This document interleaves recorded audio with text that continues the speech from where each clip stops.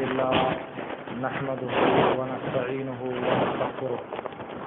ونعوذ بالله من شرور أنفسنا ومن سيئات أعمالنا من يهده الله فلا مضل له ومن يضلل فلا هادي له وأشهد أن لا إله إلا الله وحده لا شريك له وأشهد أن محمدا عبده ورسوله يا أيها الذين آمنوا اتقوا الله حق تقاته ولا تموتن إلا وأنتم مسلمون يا أيها الناس اتقوا ربكم الذي خلقكم من نفس واحدة وخلق منها زوجها وبث منهما رجالا كثيرا ونساء واتقوا الله الذي تساءلون به والأرحام إن الله كان عليكم رقيبا يا أيها الذين آمنوا اتقوا الله وقولوا قولا سديدا يصلح لكم أعمالكم ويغفر لكم ذنوبكم ومن يطع الله ورسوله فقد فاز فوزا عظيما أما بعد فإن خير الحديث كتاب الله وخير الهدي هدي محمد صلى الله عليه وسلم وشر الأمور محدثاتها وكل محدثة بدعة وكل بدعة ضلالة وكل ضلالة في النار قال الله تعالى قاف والقرآن المجيد بل عجبوا أن جاءهم منذر منهم فقال الكافرون هذا شيء عجيب أإذا متنا وكنا ترابا ذلك رجع بعيد قد علمنا ما تنقص الأرض منهم وعندنا كتاب حفيظ بل كذبوا بالحق لما جاءهم فهم في أمر مريج أفلم ينظروا إلى السماء فوقهم كيف بنيناها وزيناها وما لها من فروج والأرض مددناها وألقينا فيها رواسي وأنبتنا فيها من كل زوج بهيج تبصرة وذكرى لكل عبد منيب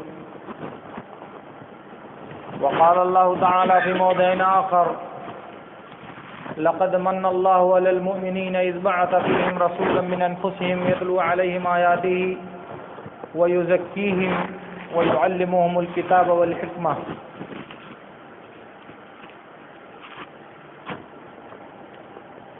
معزز حاضرین،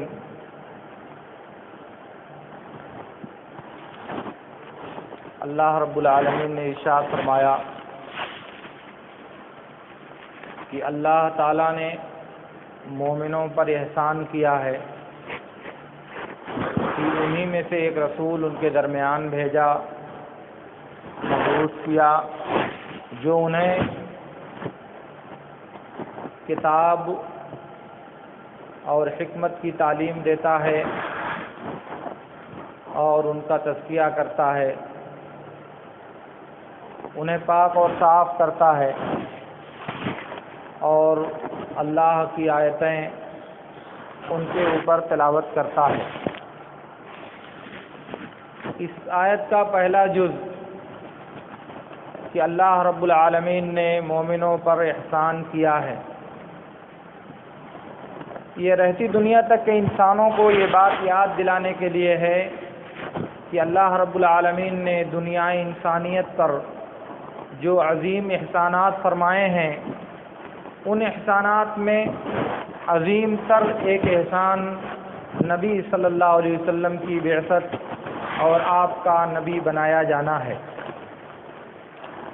اللہ کے نبی صلی اللہ علیہ وسلم کی بعثت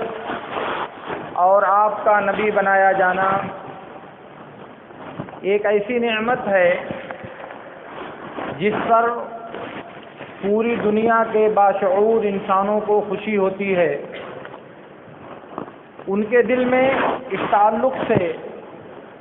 وہ جذبات پرورش پاتے ہیں جس کے بارے میں نبی صلی اللہ علیہ وسلم نے کہا انما انا رحمت مہدات، مجھے اللہ رب العالمین نے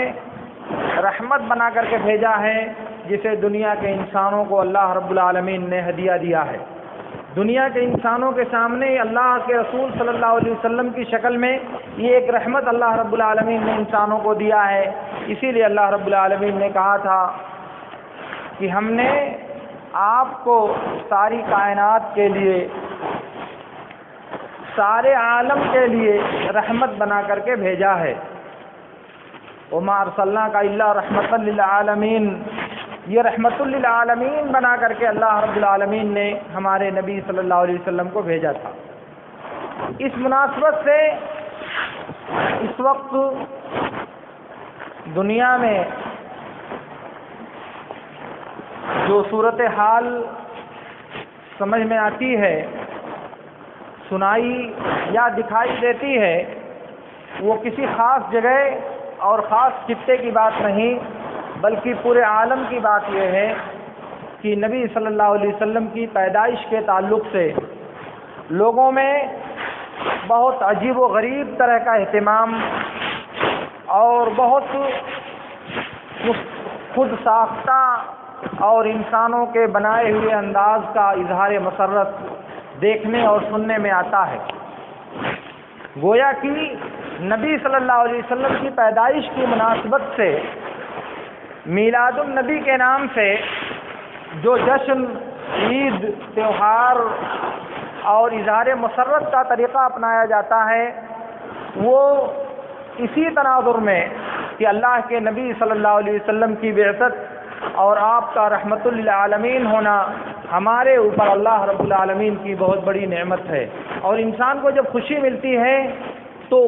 جب نعمت ملتی ہے تو انسان طبعی طور پر اس سے خوش ہوتا ہے۔ اس لیے اسی خوشی کے اظہار کے لیے اس جشن کا راستہ اور اس تہوار کا طریقہ اپنایا جاتا ہے۔ یہ ایک ایسی منطق ہے اور ایک ایسا اسلوب ہے جس کے بارے میں یہ بات کہتے ہوئے ذرا بھی جھجک محسوس نہیں ہوتی کہ اس کا مطلب یہ ہوا کہ پہلی 5 صدیوں کے مسلمان، نبی صلی اللہ علیہ وسلم کے زمانے والے، آپ کے بعد صحابہ کرام کے زمانے والے، پھر ان کے بعد تابعین کے زمانے والے، پھر ان کے بعد تبع تابعین کے زمانے والے، اور پھر ان کے بعد دوسری اسلام کی صدیاں، پوری 500 صدیاں اس عمل سے بالکل خالی تھیں۔ تو کیا یہ مان لیا جائے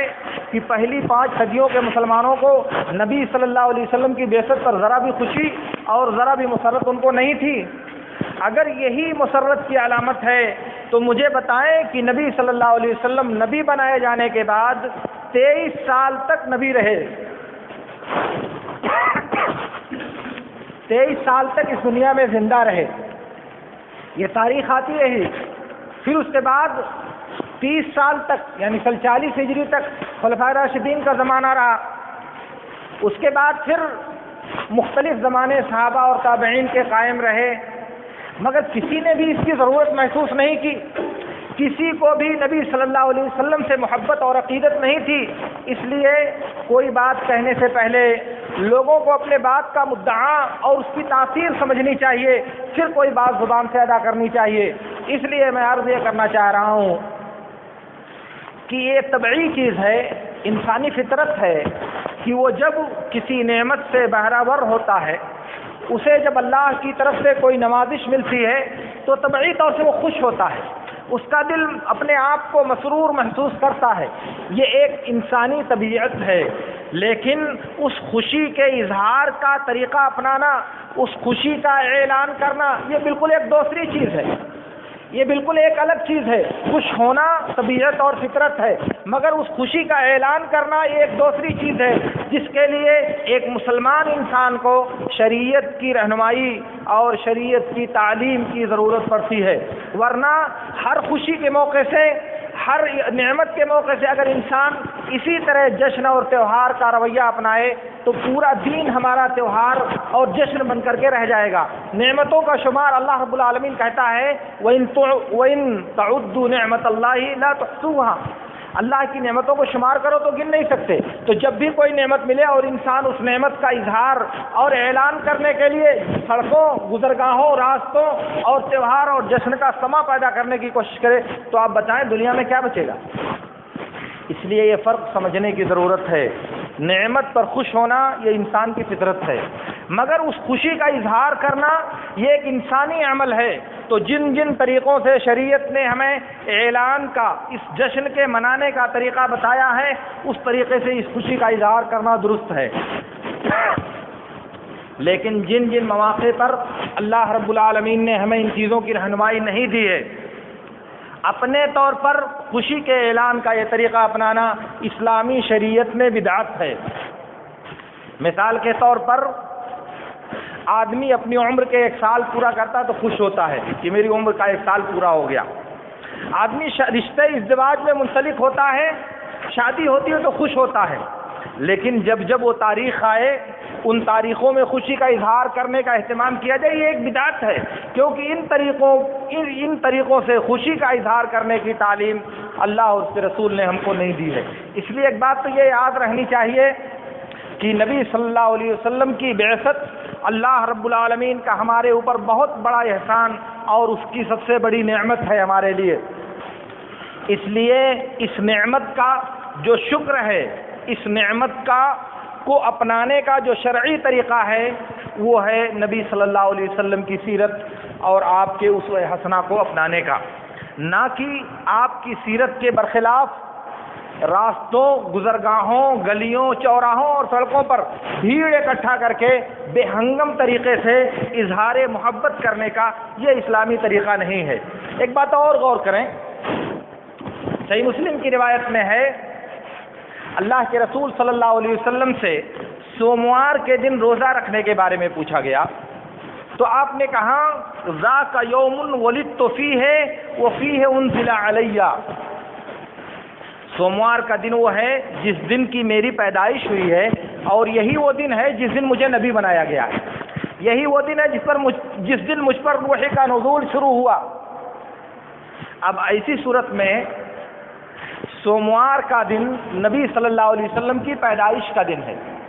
اور پیدائش کے دن نبی صلی اللہ علیہ وسلم نے روزہ رکھنے کا حکم دیا ہے، اس لیے اسلامی شریعت میں ہر ہفتے سوموار اور جمعرات کے دن روزہ رکھنا یہ نبی صلی اللہ علیہ وسلم کا طریقہ اور آپ کی سیرت ہے۔ اب اگر یہ اس پہلو سے سوچا جائے کہ اللہ رب العالمین نے عید والے دن روزہ رکھنے سے منع کیا ہے، بخاری اور مسلم کی روایت میں ہے، ابو سعید خدری، جابر بن عبداللہ بن عباس اور بہت سے صحابہ کرام کی روایتوں میں نبی صلی اللہ علیہ وسلم کا یہ فرمان موجود ہے کہ نبی صلی اللہ علیہ وسلم نے عید الفطر اور عید الاضحیٰ کے دن روزہ رکھنے سے منع کیا ہے۔ تو اسلامی شریعت میں عید کے دن روزہ رکھنا جائز نہیں ہے، اللہ رب العالمین نے عید کے دن روزہ رکھنے سے منع کیا ہے۔ تو اگر پیدائش کا دن عید کا دن ہوتا، اگر نبی صلی اللہ علیہ وسلم کی ولادت کا دن جشن اور تہوار کا دن ہوتا تو اس دن روزہ رکھنے کا حکم نہیں دیا جاتا، اور جب روزہ رکھنے کا حکم دیا تو معلوم یہ ہوا کہ وہ تہوار والا دن نہیں ہے،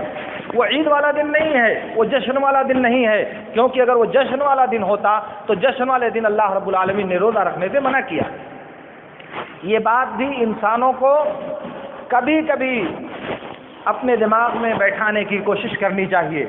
اور پھر اس کے بعد ایک بات اور دیکھیں کہ نبی صلی اللہ علیہ وسلم جو دین لے کر کے آئے تھے، جو پیغام لے کر کے آئے تھے، اگر اس پیغام کو کما حقہ نہ برتا جائے،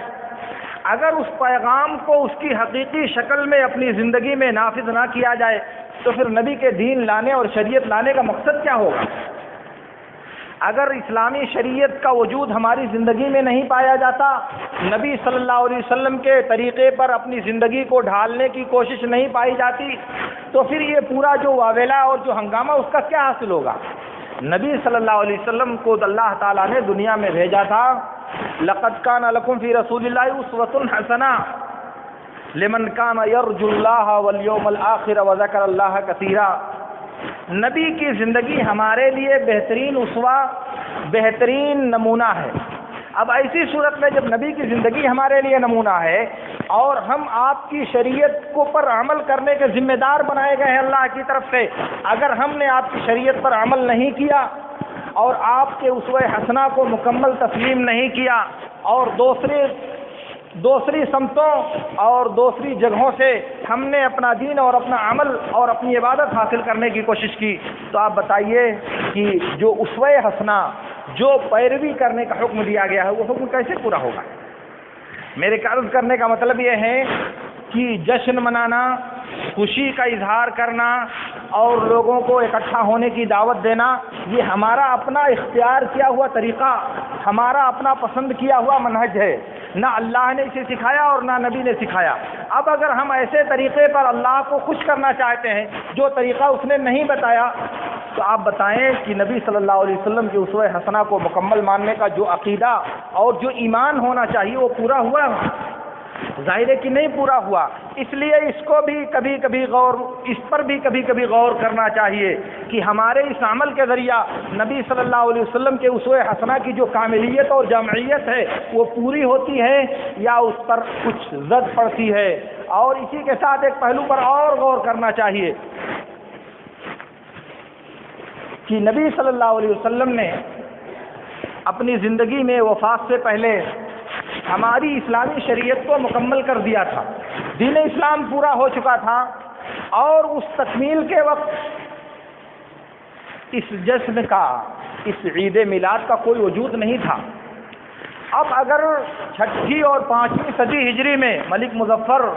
اور اربل کا بادشاہ آ کر کے اس کو ایجاد کرتے ہیں تو اس کا کیا مطلب ہے؟ کیا ان 5ویں اور 6ٹھی صدی ہجری کے انسانوں کو عبادت کے نام پر، تقرب کے نام پر دین میں کوئی چیز داخل کرنے کا حق حاصل تھا؟ ظاہر ہے کہ نہیں۔ تو جب دین مکمل نبی کی زندگی میں تھا اور عبادت کا، جشن کا، عید کا یہ انداز اس زمانے میں موجود نہیں تھا، بعد میں 400 سال کے بعد، 500 سال کے بعد اسے ایجاد کیا گیا، تو پھر اس کو کہاں جگہ دے سکتے ہیں آپ دین میں؟ آپ دین میں کس طرح داخل کر سکتے ہیں؟ ظاہر ہے کہ نہیں۔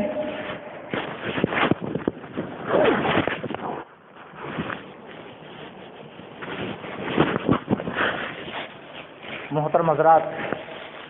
میں آپ سے عرض یہ کر رہا تھا کہ نبی صلی اللہ علیہ وسلم سے عقیدت اور نبی صلی اللہ علیہ وسلم سے محبت کے نام پر جشن اور تہوار کا جو انداز اپنایا جاتا ہے وہ انداز خود محمد الرسول اللہ صلی اللہ علیہ وسلم کی شریعت میں موجود نہیں ہے۔ اور عبرتناک پہلو یہ ہے کہ جشن والا جو دن ہے وہی دن محمد الرسول اللہ صلی اللہ علیہ وسلم کی وفات والا دن بھی ہے۔ اگر لوگوں کے اپنی رائے اور لوگوں کے اپنے تصور کے اعتبار سے یہ سمجھ لیا جائے کہ 12 ربیع الاول کو اللہ کے نبی صلی اللہ علیہ وسلم کی پیدائش ہوئی تھی، جو کہ اس تاریخی شہادتوں کے اعتبار سے ایک غلط بات ہے، لیکن اگر تسلیم کر لیا جائے اسے، تب یہ بات تاریخ میں متفق علیہ ہے کہ اللہ کے نبی صلی اللہ علیہ وسلم کی وفات 12 ربیع الاول کو ہوئی تھی۔ اب اگر وہی دن پیدائش کا بھی مان لیا جائے اور وہی دن وفات کا بھی مان لیا جائے، اب وفات کے بعد ہم کس بات کا جشن منا رہے ہیں؟ آپ کے پیدا ہونے کا یا آپ کے انتقال کرنے کا؟ کس بات کا جشن منایا جا رہا ہے؟ کیا نبی صلی اللہ علیہ وسلم کی وفات پر ہم جشن منانے کے متحمل ہو سکتے ہیں؟ کیا کسی مسلم انسان کو یہ بات زیبا دیتی ہے کہ وہ نبی صلی اللہ علیہ وسلم وضو کر کے آئیے، وضو کر لیجئے۔ کیا کسی مسلمان انسان کو یہ بات زیبا دیتی ہے کہ وہ نبی صلی اللہ علیہ وسلم کی وفات کا جشن منائے؟ اور اس سے زیادہ حیرتناک بات یہ ہے کہ ابھی چند برسوں پہلے، ہمارے بچپن کی بات ہے، 20 سال پہلے آپ پیچھے جائیے تو عید میلاد النبی نہیں منایا جاتا تھا، 12 وفات منایا جاتا تھا۔ یہی لفظ ہمارے دماغ میں ابھی بھی بیٹھا ہوا ہے۔ پہلے 12 وفات منایا جاتا تھا، اور عید میلاد النبی تو ادھر ابھی چند برسوں پہلے ایجاد کیا گیا ہے نام۔ کیوں؟ اس لیے کہ بہت اعتراض ہوا، ہر طرف سے ہنگامہ ہوا کہ آپ کتنے بےحد انسان ہو کہ تم لوگ اپنے نبی کی وفات کا جشن مناتے ہو، تو نام بدل دیا گیا، ورنہ پہلے یہ وفات والے دن کو 12 وفات کا جشن ہی منایا جاتا تھا۔ آپ بتائیے کہ کتنی تکلیف دہ اور اہل ایمان کے لیے کتنی زیادہ رسوا کن بات ہے یہ۔ اگر وہ نام ابھی تک مستمر ہوتا اور 12 وفات کا جشن منایا جاتا تو کتنی حیران کر دینے والی بات تھی یہ ہمارے لیے۔ بہرحال میں عرض یہ کرنا چاہ رہا تھا کہ یہ جو باتیں ہیں، ان باتوں پہ مسلمانوں کو غور کرنا چاہیے اور یاد رکھنا چاہیے۔ سنن ترمذی کی ایک روایت میں ہے، انس بن مالک رضی اللہ تعالیٰ عنہ نے کہا کہ اللہ کے رسول صلی اللہ علیہ وسلم جب مدینہ آئے تو پورا مدینہ نور سے بھر گیا، سارا مدینہ منور اور روشن ہو گیا، مگر جس دن نبی صلی اللہ علیہ وسلم کا انتقال ہوا اس دن پورا مدینہ تاریکی میں ڈوب گیا، پورا مدینہ تاریکی کی وادیوں میں گم ہو گیا، اور جیسے ہی ہم اللہ کے رسول صلی اللہ علیہ وسلم کے دفن سے فارغ ہوئے ہمارے دل میں تبدیلی آنا شروع ہو گئی۔ یہ نبی صلی اللہ علیہ وسلم کی وفات کا وہ دہشت ناک، وہ المناک اور خوفناک منظر تھا کہ نبی صلی اللہ علیہ وسلم کے یہ صحابی مدینے میں نبی کی وفات کے بعد جو منظر کشی کرتے ہیں وہ یہ کہ مدینہ تاریکی میں ڈوبا ہوا ہے، اور نبی کی وفات کے بعد اس وفات کے دن ہمارا عالم یہ ہے کہ ہم جشن منائیں، ہم عید منا رہے ہیں، ہم تہوار منا رہے ہیں۔ میرے دوستو ذرا غور کرو کہ صحابی رسول اللہ کے نبی صلی اللہ علیہ وسلم کی پورے 10 سال تک خدمت کرنے والے یہ نوجوان صحابی کہتے ہیں کہ مدینہ تاریکی میں ڈوب گیا، اور وفات والے دن ہمارے لیے کیا ہوا؟ ہم نے اس دن جشن منانا شروع کر دیا۔ یہ ایمان کی کون سی قسم ہے میرے دوستو؟ محبت کا یہ کون سا انداز ہے؟ اللہ کے نبی صلی اللہ علیہ وسلم سے عقیدت کا یہ کون سا ڈھنگ ہے کہ آپ کی وفات کے دن آپ جشن منانے کا دل گردہ اپنے اندر رکھتے ہو؟ اتنی مضبوطی آپ کے دل کے اندر ہے کہ نبی کی وفات ہو گئی، آپ کے چہرے پر کوئی شکن نہیں، آپ کی ماتھے پر کوئی پسینہ نہیں، آپ کے دل میں کوئی بے چینی نہیں، کوئی کرب نہیں۔ کون سا ایمان ہے میرے دوستو؟ وہی تاریخ ہے میرے نبی صلی اللہ علیہ وسلم کی وفات کی۔ اور کہا تھا میرے نبی صلی اللہ علیہ وسلم نے، جیسا کہ صحیح ابن خزیمہ اور صحیح ابن حبان کی صحیح روایت میں ہے، اذا اصیب احدکم بمصیبت فلیذکر مصیبتہ بی فانھا اعظم المصائب، جب کوئی پریشانی اور کوئی مصیبت لاحق ہو تو میری وفات کو یاد کرو، میری موت کو یاد کرو، کیونکہ یہ دنیا کی سب سے بڑی مصیبت ہے۔ اس سے بڑی کوئی مصیبت کسی مسلمان کو کبھی لاحق نہیں ہو سکتی، اس سے بڑی کوئی آفت کسی مسلمان کے سر پر کبھی گزر نہیں سکتی، یہ سب سے بڑی مصیبت ہے۔ اور سب سے بڑی مصیبت کے دن ہمارا کیا عالم ہے، ہمارا کیا انداز ہے، ہمارا کیا طریقہ ہے؟ بہرحال اللہ رب العالمین سے میری دعا ہے کہ اللہ رب العالمین ہمیں ان باتوں کو سمجھنے اور ان میں سے بہترین باتوں پر عمل کرنے کی توفیق عطا فرمائے۔ وآخر دعوانا ان الحمد للہ رب العالمین۔ اقول لکم ما تسمعون واستغفر اللہ لی ولکم۔